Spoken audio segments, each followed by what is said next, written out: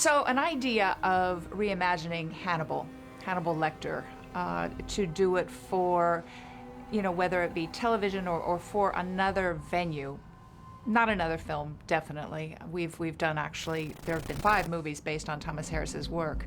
We actually were toying with the idea with MGM, who has the Clarice character from the library of Orion Pictures that did Silence of the Lambs. And we were talking about doing something Clarice and Hannibal in the time period after Silence of the Lambs. But we really didn't take it very far. And in fact, I felt that perhaps Hannibal would be a very, very minor character and then perhaps just disappear. And I didn't feel that was right for the character of Hannibal Lecter.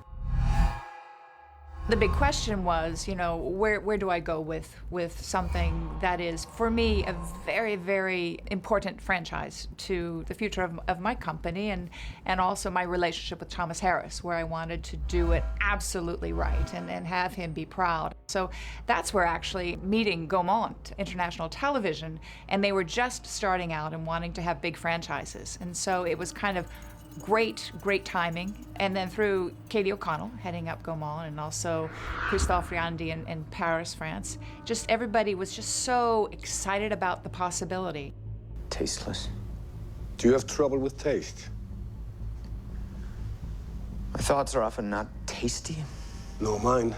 So then a question of whether I wanted to make this Hannibal different, I don't think necessarily different is the right word. Definitely wanted it cinematic, but done for obviously a different format and for a format of being on television where you have commercial breaks and all these kind of things. But going back to then the genesis of what would it be, that's where Bryan Fuller was the genius and the perfect opportunity and ultimate choice. Reimagining Hannibal actually fell into my lap in a very fortuitous plane ride where I ran into a friend of mine, Katie O'Connell, who'd just become the CEO of Gaumont Television in the US base, and she had just acquired the rights to the Hannibal character. And Bryan said, "What are you doing, Katie? This new company is fantastic." And she says, "Well, we're going to do Hannibal." And he goes, "Oh, fantastic." And then they go sit down, have the flight. And she asked me, "Do you think there's a television show in Hannibal?" Not to see if I would do it, but what I just thought of the idea of creating a television show around that character. After the flight, Bryan finds Katie and says, "Great idea. I know exactly what you have to do." My first question was, do you have the rights to Will Graham? Because for me, that felt like the character that was going to be our window into the world, and it was also a character in the book that hadn't been completely translated to any moving image yet. They're so rich. There's so much information there, particularly about the character, but just the whole world, And I realized that what Bryan is doing is really, I think, trying to go back to the books, trying to be faithful to the books, to kind of explore that world and build on it and create new characters, new scenarios, but staying faithful to Thomas Harris's imagination. In the films, we saw Will Graham as a very stoic, leading man, investigator, and in the book, he's actually much more of a neurotic. And so it felt like there was an opportunity to tell the story of the Will Graham that exists in the literature in a way that you hadn't seen before. I want him back in the field. And I've told the board I'm recommending a psych eval. Are we starting now? The session wouldn't be with me. Hannibal Lecter's a better fit. Your relationship's not personal.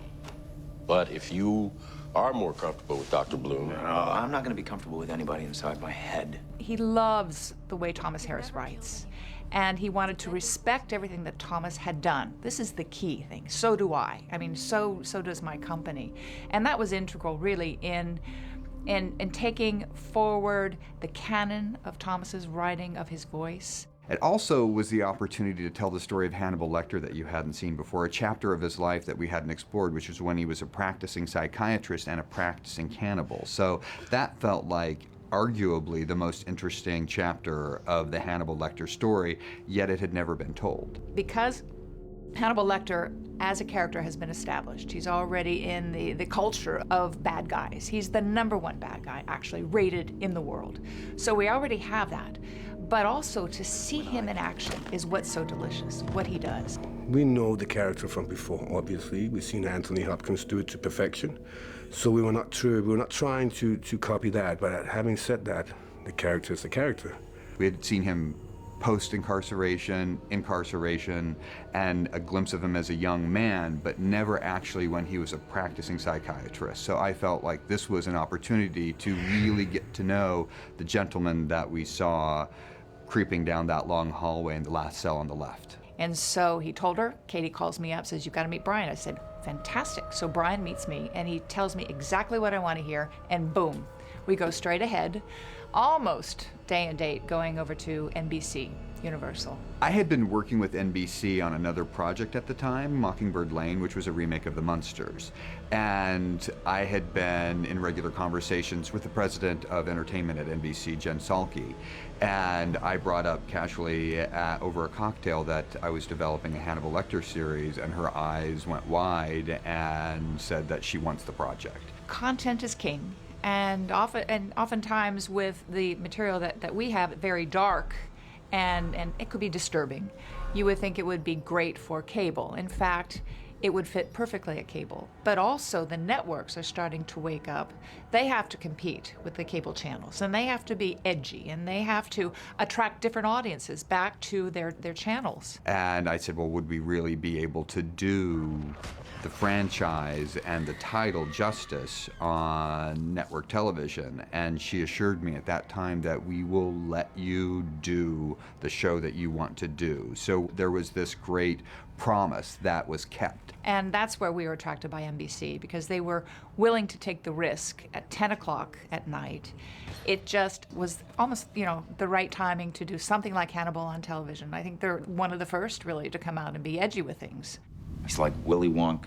Every girl he takes is a candy bar, and hidden in amongst all of those candy bars is the one true intended victim, which, if we follow through in our metaphor, is your golden ticket.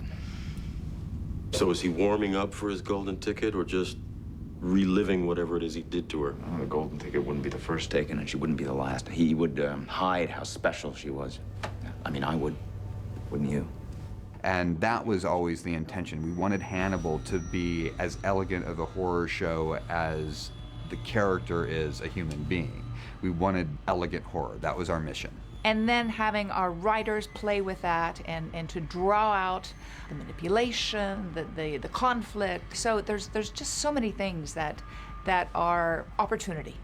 Before he was a bit of a lone wolf in his cage. Now we get to see him out in the world, and there is an inherent danger in seeing that beast walking down the street and knowing what he's capable of, but having no idea when he's going to strike. And the great fun is the audience is in on it. The audience knows who he is. Tell me about your mother. Some lazy psychiatry, Dr. Lecter. Low-hanging fruit. I suspect that fruit is on a high branch. Very difficult to reach. So is my mother. We start, I would say, a couple of years before the events that are described in Red Dragon, which is the first novel. In Red Dragon, without giving too much away for anybody that hasn't read it, Will Graham and Hannibal have already met. They have a whole history, and that history is touched on very briefly in the novel. And what the creators of the show have done kind of brilliantly is extrapolate from that and really imagine an entire backstory, and that's where we begin. And there's a great stretch of time. He's already practicing as a psychiatrist. He's got a great history of what was behind him from Eastern Europe, traveling to the States, but, not really questioning what made him be who he was. We don't need to answer that. But what was he doing? He was out.